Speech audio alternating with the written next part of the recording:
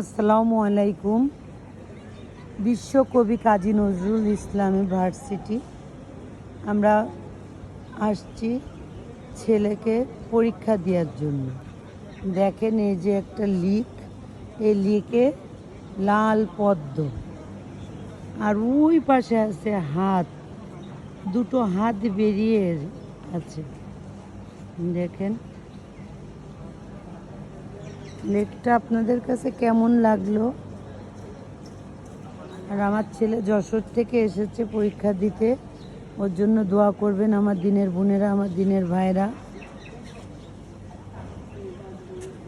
আমাদের প্রিয় কবি কাজী নজরুল ইসলাম ভার্সিটি।